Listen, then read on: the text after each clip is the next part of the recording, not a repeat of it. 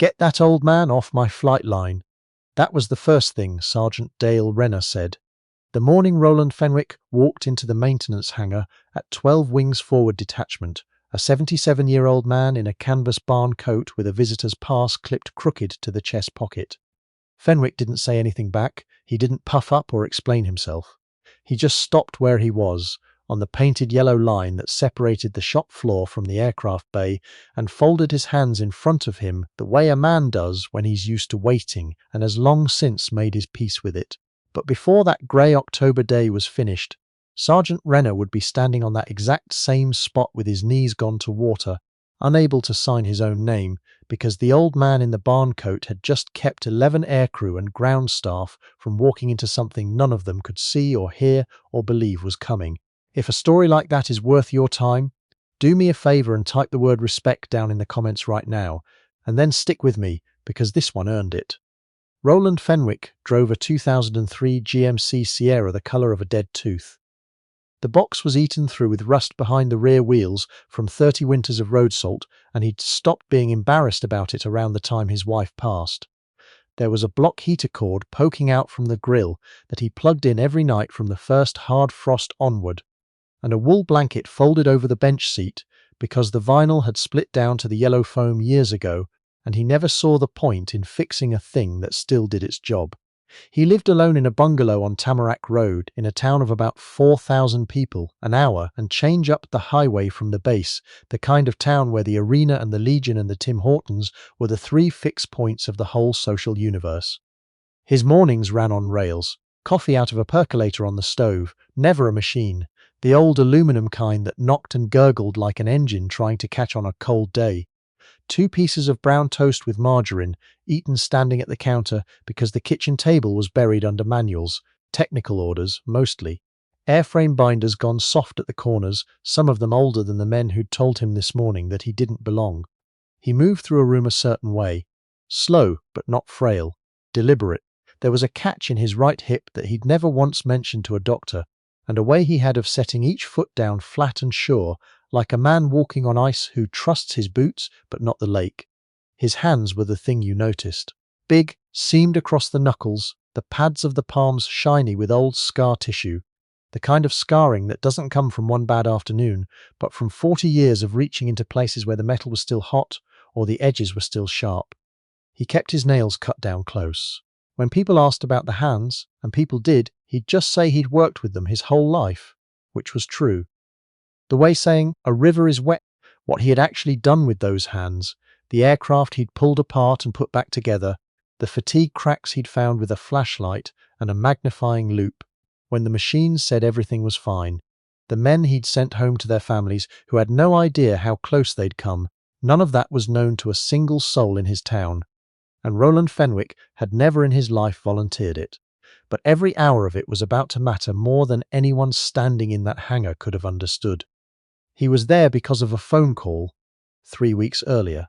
Lieutenant Colonel Diane Whitfield, the detachment's senior officer, had stood up a small civilian advisory program that spring, an idea to bring retired tradespeople with hard-won experience back onto the floor to sit in on airworthiness reviews and second-guess the checklists. It was the sort of program that looked good on a slide and got quietly resented by everyone below the rank of major, who saw it as one more layer of oversight dreamed up by people who didn't have to turn the wrenches. Fenwick's name had come to her through a fellow at the Royal Canadian Legion, a retired supply tech who'd heard the detachment was short on old heads who understood aging airframes, and who happened to know a man who'd spent his whole career on rotary wing structures. The Legion contact called Whitfield's office. Said he knew a man. Said the man had forgotten more about metal fatigue than most of the young ones would ever learn. Whitfield signed the paperwork the same afternoon. But by the time Fenwick came through the gate that Tuesday morning with his visitor's pass and no escort, nobody had thought to tell Sergeant Dale Renner that a civilian advisor was coming. Renner was 33, a solid tradesman with 11 years in, the shift supervisor who ran that hangar line like it was his own kitchen. He was good at his job, and he knew it, and he was protective of his people the way a good NCO ought to be, right up until the moment that protectiveness curdled into pride. When he looked up from his clipboard and saw an old man in a farmer's coat standing on his shop floor with a home-printed pass, he made his call in under 3 seconds. "You lost, sir?" Renner asked, and he didn't say sir like it meant anything. Fenwick stopped just inside the door, letting his eyes settle after the flat grey light of the parking lot. "Roland Fenwick," he said. "Civilian Advisory Program. Colonel Whitfield's office should have sent something over." Renner looked him up and down. The barn coat, the toque he'd pulled off and stuffed in a pocket, the white hair combed flat with water, the pass that looked like it had come off somebody's home printer, which it had. "Nobody told me about any program," he said, "and I've got an airworthiness review starting in 20 minutes. I don't have time to walk a civilian around. Wait outside." Fenwick nodded once. He didn't push. He didn't say Whitfield's name like a card to be played. He just turned around and went back out into the cold and stood beside the tow tug near the hangar door, hands in his coat pockets, watching the ground crew move around the 2 Griffons parked nose out on the apron. There was a young aviator, couldn't have been 22, wrestling a stand into position under a tail boom, and Fenwick watched the kid set his feet wrong, all his weight up in his shoulders and nothing in his legs. And he almost said something. Then he didn't. He wasn't there to correct anybody. He was there because somebody had asked, and because in 77 years he had never once managed to say no to an aircraft that might be trying to tell him something, and one of them was. He'd felt it walking past the open bay door, a wrongness he couldn't name yet, riding underneath the ordinary hangar smells of jet fuel and hydraulic fluid and cold concrete. Just a whisper of a thing, a note that didn't belong in the chord. He didn't know what it was, but he'd learned a long time ago, in bunkers and on flight decks and in the bellies of aircraft that other men wouldn't crawl into, that when that particular whisper started up at the back of his skull, the people who didn't stop and listen were the ones who ended up in the ground. The worst part of it, standing out there in the cold, was that nobody had asked him to listen, and the ones who needed him most were the ones who wanted him gone. He'd been outside about 20 minutes when a woman came out looking for him. Her name was Corinne Beaulieu, and she was the civilian airworthiness inspector attached to the review, mid-50s, reading glasses shoved up into greying hair, a binder thick with tabbed checklists tucked under one arm. She'd found his name on her personnel list and gone hunting when he wasn't inside. She asked who he was. He told her. She looked at the pass, looked at his face, and something in the way he stood must have registered because her voice changed. "You're the structures advisor," she said. "That's the idea," Fenwick said. "Come inside." She said it flat, no room in it. "I don't care what Renner told you. If the Colonel's office cleared you, you're on my sheet, and I'd sooner have too many eyes on this than too few." He followed her back in. Renner saw the 2 of them come through the door and said nothing, but his jaw set hard and one of his corporals caught another one's eye across the floor. The old man was back. Beaulieu walked Fenwick through the review as they went, explaining what they were checking that morning, how the maintenance records cross-referenced against the airframe hours and the component life limits, how the newer aircraft carried monitoring systems that flagged vibration signatures before a human ever could. Fenwick listened. He nodded in the right places. He didn't interrupt her once, but he was taking the whole place in, and the whole place was talking to him. He noticed things, small things. The floor drain near the second aircraft had a rainbow sheen in it that meant somebody was topping off a hydraulic reservoir more often than the logbook would suggest. The cowling on the number 2 Griffon had 4 fasteners done up finger tight where there should have been 8 torqued.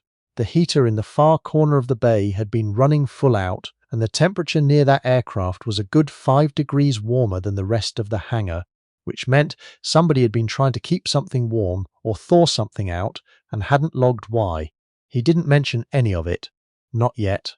He was still following that whisper, and the whisper was pulling him toward the second aircraft, the one nose out closest to the apron door, tail boom pointed back into the shadows of the bay. They'd pulled the tail rotor drive covers for the review. Beaulieu was walking him toward the nose when Fenwick stopped, one hand coming up off his side and going still in the air, and turned his head toward the tail. There it was.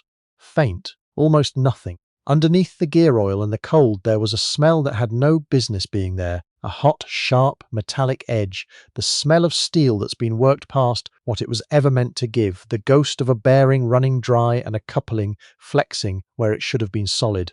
And riding under that so quiet he almost talked himself out of it, was the smell of oil that had been cooked. Not spilled, cooked. His hands came the rest of the way out of his pockets. His fingers spread once, then closed.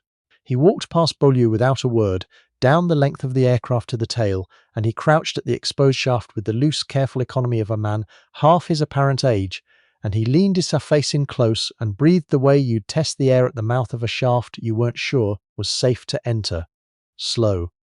Through the nose, his face changed. It wasn't much, a tightening at the corners of the eyes, the mouth going flat and thin, but Beaulieu was watching him now, and she caught it. "Something wrong?" she asked. He didn't answer right away. He was counting.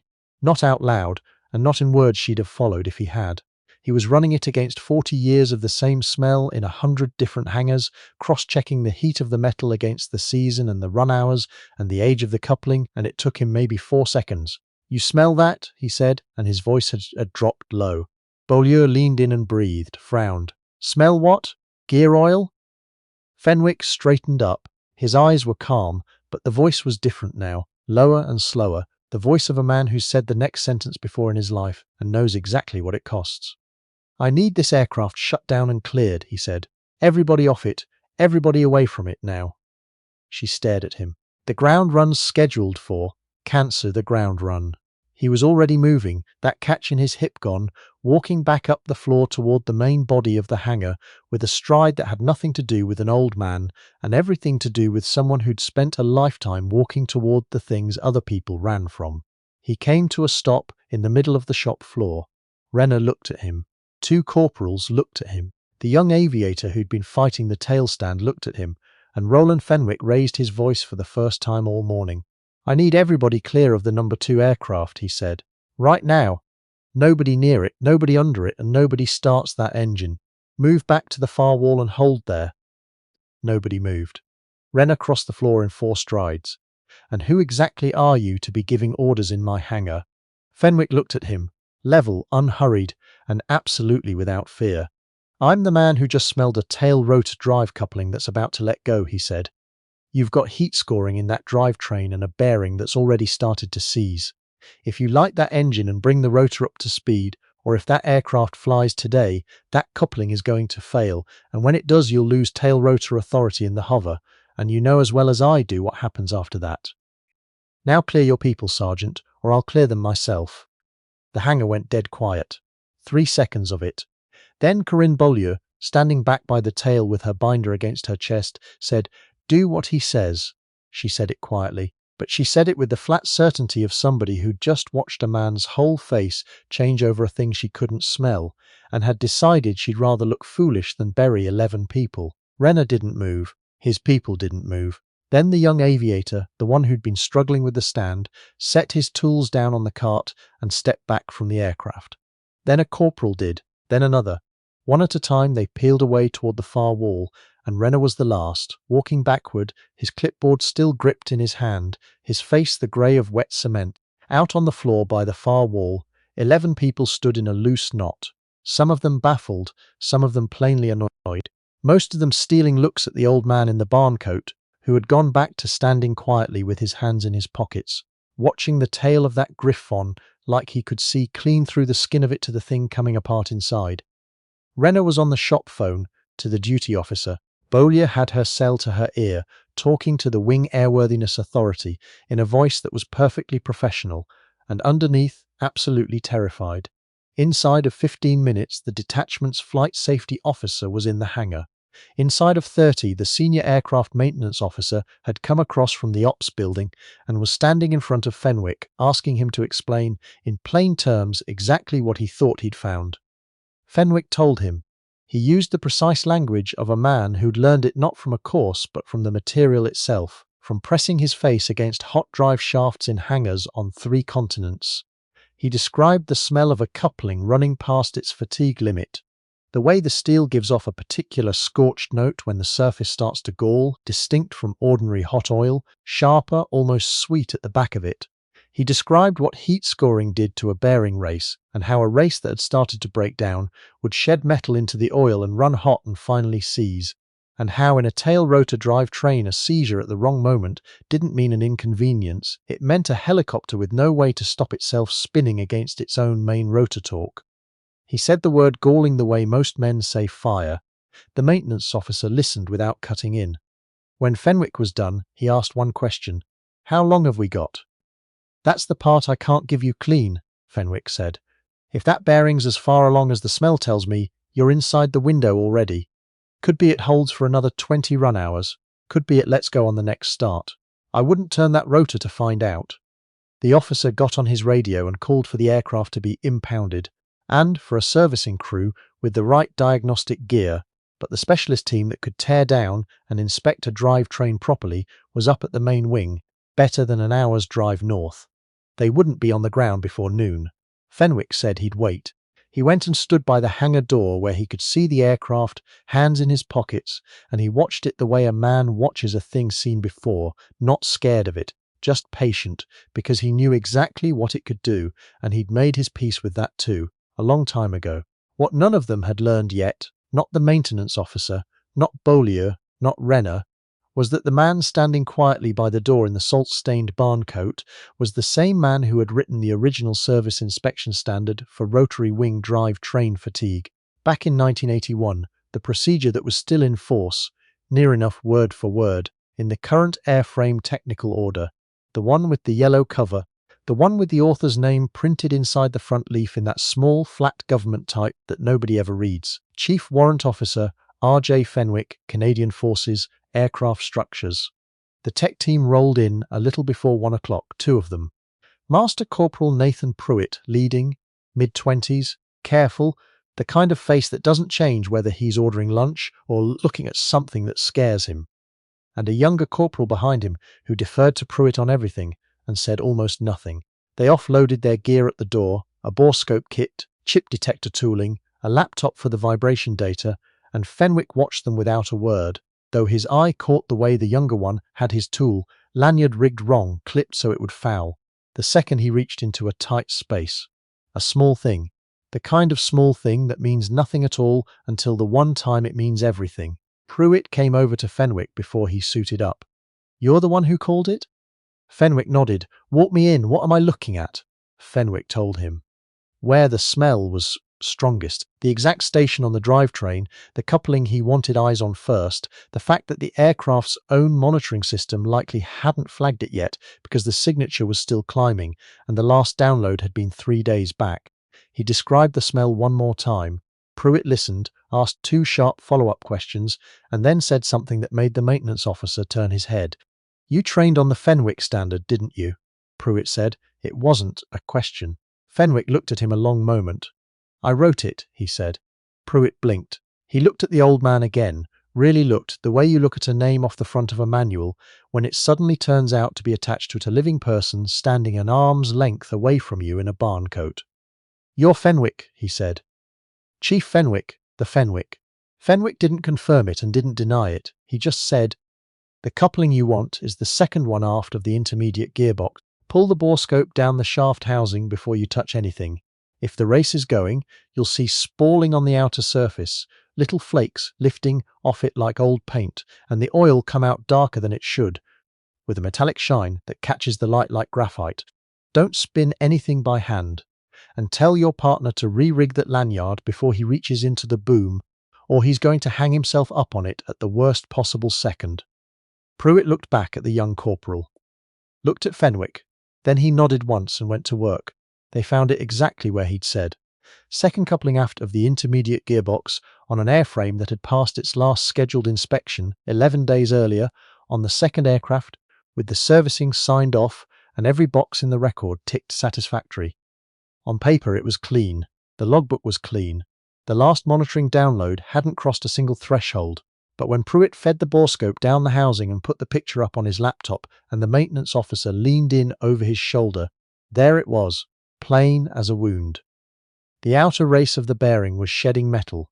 Flakes of it lifted and curling off the surface, and the drained oil came out the colour of strong tea with a fine grey shimmer suspended in it. And on the coupling itself, in the raking light of Pruitt's inspection lamp, a hairline crack ran a full third of the way around the flange.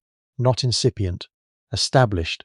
Further along than the smell alone should have told anyone, which meant the thing had been growing for longer than the records said, which meant it was closer to letting go than even Fenwick had guessed. Pruitt sat back on his heels. He keyed his radio, and his voice was very steady and very careful.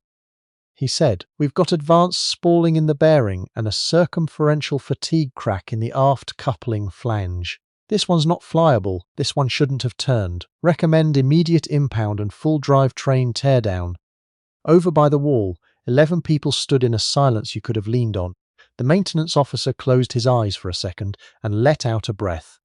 Corinne Beaulieu put the back of her hand against her mouth. And Sergeant Dale Renner, the man who'd told Roland Fenwick to wait outside, stood dead still with his clipboard down at his side, staring at the tail of that aircraft, doing in his head the arithmetic that Fenwick had done in 4 seconds 3 hours before. The arithmetic that said, if that ground run had gone ahead, or if that Griffon had lifted off the training sortie it was slated to fly that afternoon, the coupling would have held right up until the rotor loaded it in the hover, and then it would have gone. And a crew of 2+, whoever they were carrying, would have come down out of a low hover, with no tail rotor and no time and no second chance. 11 people had signed on to that flight schedule and that servicing crew. 11 people had been inside the reach of that decision. The maintenance officer made 3 phone calls in the next hour. The first was to ground the aircraft type across the detachment until every drivetrain on the floor had been re-inspected against the original standard. Not the short-form checklist, the full procedure. The second was to the Fleet Airworthiness Office to flag the coupling batch and the bearing lot across every unit flying the type, in case the same bad run of parts was sitting in other tail booms in other hangars. The third was to Lieutenant Colonel Diane Whitfield, who'd signed the paperwork on a stranger 3 weeks earlier. He told her what had happened. He told her about the aircraft, the crack, the bearing, how close it had been to a scheduled sortie, and how many people had been inside the blast radius, though there wouldn't have been a blast, only a machine coming apart in the air over a runway. Then he told her about the advisor. He told her the civilian she'd approved on a handshake from a Legion contact was Chief Warrant Officer R.J. Fenwick, retired, author of the drive-train fatigue standard the whole fleet still ran on, 40 years of aircraft structures, across every rotary wing airframe the forces had flown in his lifetime. A man who'd personally signed off on the safe return to service or the scrapping of more airframes than anyone could count. The maintenance officer's voice broke, just once, on the number. 11 people, himself among them, who'd been working and standing and drinking coffee in a hangar around an aircraft that was one start sequence away from killing whoever climbed into it. There was a long silence on the line. Then Whitfield said, quietly, "Where is he right now?" The officer looked out the office window toward the hangar. Roland Fenwick was sitting on an overturned parts crate near the door, hands in his coat pockets, face turned up toward the grey light coming in over the apron. He looked like a man waiting for a bus. "He's sitting by the door," the officer said. "Hasn't moved." "I'm coming down," Whitfield said. She was in her vehicle inside of 10 minutes. The main wing was 90 minutes south. She made it in a shade over 70, and she pushed it the whole way. And here is the thing none of them in that hangar knew yet, not Renner, not Beaulieu, not the young techs. Lieutenant Colonel Diane Whitfield had not signed Fenwick's paperwork as a courtesy. She'd signed it because she knew the name.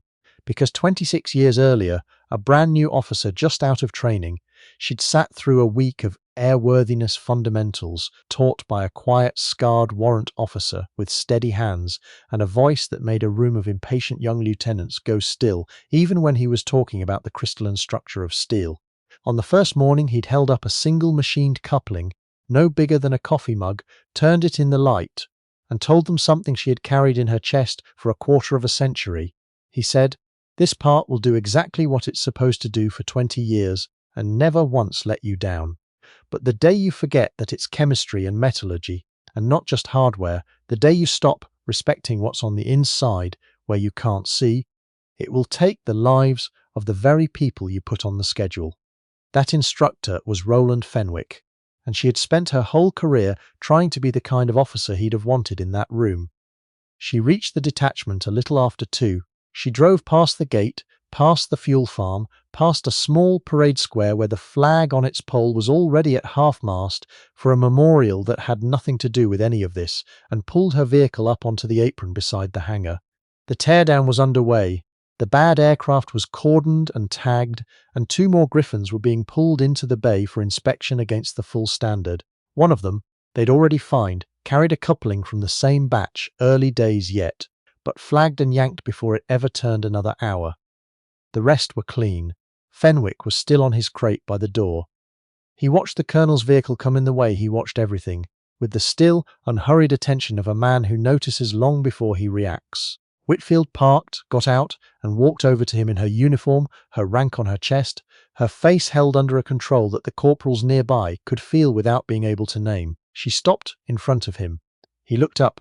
There was nothing on his face, no flicker. He'd taught hundreds of officers over the years and remembered almost none of them, and there was no reason he should have known the grey-haired colonel standing over him from the young lieutenant she'd been. But Whitfield remembered him. She remembered the hands. She remembered the way he'd held that coupling between his thumb and finger like it was both precious and loaded, which, in every way that mattered, it was. "Chief Warrant Officer Fenwick," she said. She didn't put her hand out. She stood in a posture that wasn't quite attention but carried the ghost of it, shoulders square, chin level, the way you stand in front of someone who outranks you in everything but the paperwork. He searched her face, courteous, coming up empty. "I'm sorry," he said. "I don't think I—" "The airworthiness course," she said. 26 years ago. You held up a coupling on the first morning and told a room full of us it was chemistry, not hardware. I've never once forgotten it." Something moved across Fenwick's face then. Not much. A softening around the eyes, a small lift at one corner of his mouth that might have been a smile or might have been something with more weight in it. "That was a while ago," he said. "It was," said Whitfield. "And you were right then. And you were right this morning." She turned to the maintenance officer, who'd come up beside them. This man identified an advanced drive-train fatigue, crack by smell, standing on a shop floor on an aircraft that passed its scheduled inspection 11 days ago and never tripped a single monitoring flag.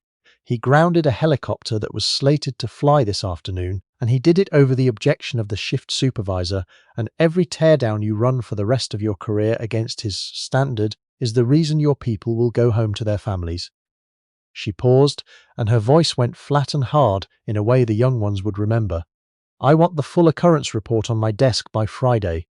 I want every drivetrain in this detachment re-inspected against the original Fenwick standard, the whole procedure, not the abbreviated card. And I want this man's advisory status changed from temporary volunteer to permanent civilian consultant, effective today, and I want it in writing before I drive back north." After that, the hangar got quiet in the particular way a place goes quiet once the adrenaline has drained off and the arithmetic has had time to settle in, and people begin, slowly, to understand how close they came to a thing they'll never quite be able to put into words. The crews stood in small clusters near the door, talking low, glancing at the tail of the impounded aircraft, glancing at the old man on the crate. Renner sat on the tailgate of the tow tug with his clipboard flat across his knee, looking at nothing. There was a coffee ring dried on the top page of that clipboard. The top page was the servicing sign-off for the No. 2 aircraft. Every box ticked, every line satisfactory. He'd signed it himself at a 730. 4 hours before Roland Fenwick leaned into a tail boom and said 5 words that turned every one of those check marks into ink. Beaulieu came and sat down next to Fenwick on an upturned crate of her own. She didn't say anything for a while. Then she said, "How did you know?" He looked at her. "Know what?" "That it was the coupling." "You said the coupling." "Pruitt found the crack there before he found the bearing." Fenwick was quiet a moment. "I said the coupling because that's where the smell was hottest, and because that's where those things fail. Heat runs downstream off a seizing bearing, and the coupling's what carries the load when it does." He turned his hands over and looked at them, the seamed, scarred, unremarkable hands of a man who'd spent a lifetime touching things that could have killed him. "But it doesn't much matter which one I named. Bearing or coupling, the answer was the same. Get everybody off it. You saved 11 people today." He shook his head slowly, looking out at the aircraft. "No," he said. "I smelled something." Pruitt confirmed it. The maintenance officer made the calls. "Your name on that list is the reason I got back through the door after Renner put me out." He nodded toward the crews by the wall. "And every one of them saved themselves the second they walked away from that aircraft when I asked them to. I just happened to know what the metal was trying to say." The occurrence report was on Whitfield's desk by Friday, the way she'd ordered. It ran 34 pages. The summary described a near-catastrophic in-service failure of a tail rotor drive coupling, detected by olfactory and tactile assessment by a civilian advisor with specialized structures experience, on an airframe with valid airworthiness certification and no adverse monitoring indications. The technical annex confirmed a circumferential fatigue, crack through better than a third of the coupling flange, and advanced spalling of the associated bearing with an estimated remaining life measured in start cycles, not hours. The flight safety modelling laid out, in the dry language of that trade, what a tail rotor drive failure in a low hover would most likely have produced, and how many people would have been within the wreckage envelope. The report recommended in plain terms that the practice of hands-on sensory inspection, sight, sound, smell, touch, be formally restored to the drivetrain procedure at every unit, a return to the methods that had been quietly walked back over 15 years as the monitoring systems took over. It recommended a formal commendation for Roland Fenwick. Renner's name was in the report too, though not in the way he might have feared. He wasn't charged. The inspection he'd followed was the same inspection every shift supervisor on the fleet followed, and it didn't include a sniff test, because somewhere along the line the forces had decided that sensors and software could do what a man's nose used to. But the report noted that a cleared civilian advisor had been refused access to the inspection area, and it recommended that all maintenance leadership be briefed on the advisory program and told, in no uncertain terms, who these people were. Renner read that paragraph 3 times. Then he closed the folder and sat in his little office for a long while, thinking about a man in a barn coat who'd tried to walk onto his floor, and about a version of himself who'd looked at that man and seen nothing worth his time. 2 weeks after, Roland Fenwick came back to the detachment.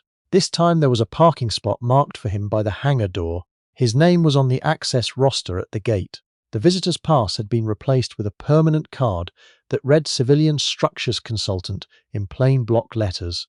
He came through the door at 8 in the morning, and the young aviator, the same kid who'd been fighting the tail stand on his first visit, met him at the entrance and offered to carry his bag. Fenwick thanked him and carried it himself. It was a canvas tool roll, soft and dark with age, the zipper long ago replaced, and inside were the tools of a trade that was somehow his former trade and his current trade and simply the shape of the man all at once. Feeler gauges, a magnifying loop with a cracked handle, a small mirror on a telescoping wand, and a sealed glass jar with a shop rag inside it, a rag he'd cooked a scrap of failing coupling steel against, decades ago, and kept, so he could open the jar and breathe it and reset the baseline in his own nose before he walked a hangar. The way a man tunes an instrument before he plays. It was a trick he'd worked out for himself in a hangar on a base, most Canadians have never heard of, back when the diagnostic gear they were promised never showed up and the aircraft they were responsible for couldn't wait for it. Renner was waiting for him inside. The sergeant stood near his desk, not behind it. His clipboard was on the desk, not in his hand. They were small things. Fenwick noticed them, because noticing small things was the whole reason he was still alive. "Mr. Fenwick," Renner said. He put his hand out. Fenwick took it. The grip was firm without trying to prove anything. "I owe you an apology. I made a call that morning that was flat wrong. I looked at you and I decided you didn't belong on my floor. I was wrong about who you are, and I was wrong about what you know. And if Inspector Beaulieu hadn't brought you back inside, I don't want to think about what I'd have signed my people up for." Fenwick looked at him. He didn't say it's fine, or don't worry about it, or any of the things people reach for to make an awkward minute pass quicker. What he said, "You run a good line, Sergeant. Your people are sharp. Your records are clean. The procedure you followed is the procedure you were handed. The failure this morning wasn't yours. It belonged to whoever said a computer could do the job of a man's nose. Don't apologize to me for following your training." He held the younger man's eye. "Just go and fix your training." Renner nodded. He didn't trust his voice for anything more, so he just nodded, and Fenwick nodded back, and the two of them stood in the maintenance hangar of a helicopter detachment on a cold prairie morning, and understood one another the way men understand one another when they've both stood near the same edge and walked away from it. The inspection that day ran 6 hours. Fenwick walked every aircraft on the floor with Renner at his shoulder. He showed the sergeant what to listen for in a ground run, the clean note of a healthy drivetrain and the faint dirty edge that creeps in underneath it when a bearing starts to go.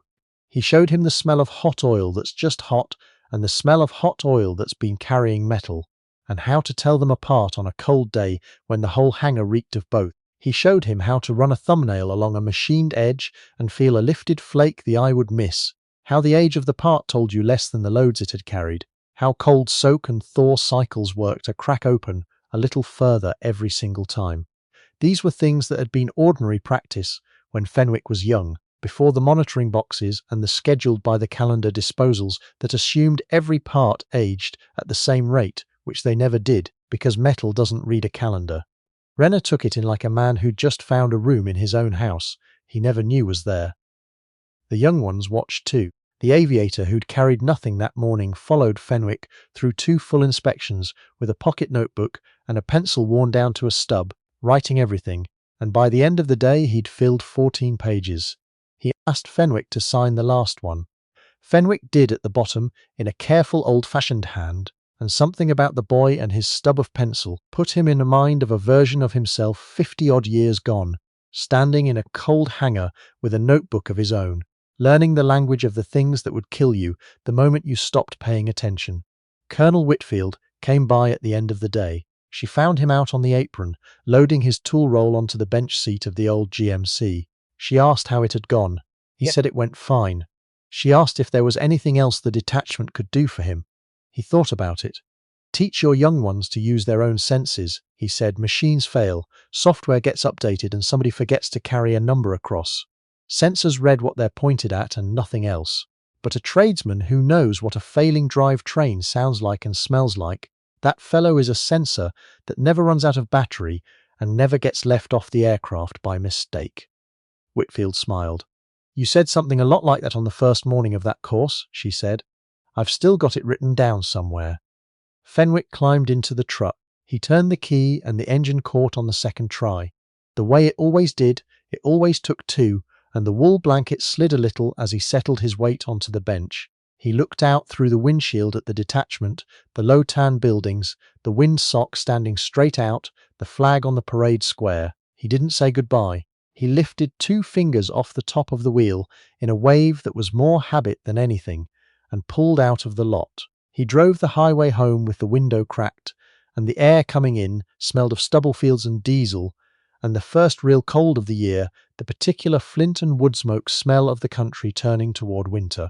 A ragged line of snow geese crossed the grey overhead, heading south, calling to each other the whole way. He watched them out of the corner of his eye and let the truck hold the middle of the empty road. He pulled into his driveway on Tamarack Road, plugged in the block heater against the frost that was coming, went inside and set the percolator on the stove. While it knocked and gurgled its way through the cycle, that old catching engine sound filling the little kitchen, he sat down at the counter and pulled one of the binders out of the stack. The airframe technical order, his order, the one with his own name in the front leaf in type so small he needed the loop from his tool roll to make out the footnotes. He turned to the chapter on drive-train inspection and he read his own words, the way a man reads a stranger's work, with a cool, detached kind of attention, which in a way was fair because the man who'd written those sentences was 30 years younger, sharper of eye, steadier of hand, with a nose calibrated by a decade of daily exposure to every failing part the forces flew. That man was gone, but the words were still there. And this morning the words had held, not because they were clever, not because anybody had improved on them, because they were true.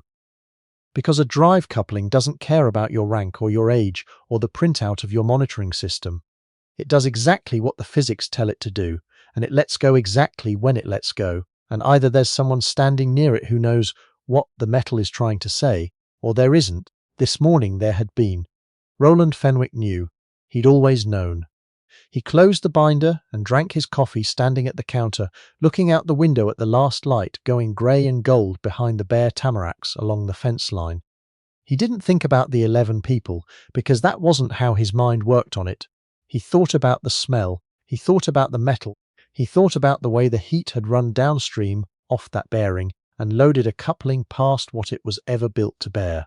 And he thought about the fact that somewhere tonight, in some other hangar, on some other cold apron in some other part of this enormous country, there was another aircraft standing quiet in the dark with a part inside it, aging past its limit, coming apart a hair's width at a time, waiting for someone to walk up and know what the air was trying to tell them.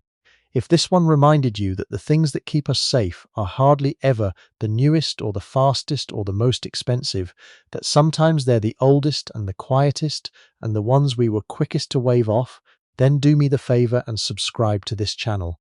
We tell these stories because they're worth telling, because the men and women who served this country don't stop being who they are the day they hand back the uniform. They carry what they know for the rest of their lives, and every so often, on an ordinary Tuesday morning on a cold prairie base, what one of them knows turns out to be the only thing standing between 11 people and a phone call their families should never have had to get. Share this with someone who served. Leave a comment if you've ever known a quiet old-timer whose experience turned out to be worth more than every machine in the building. And if you haven't yet, go ahead and hit that subscribe button. We'll see you in the next one.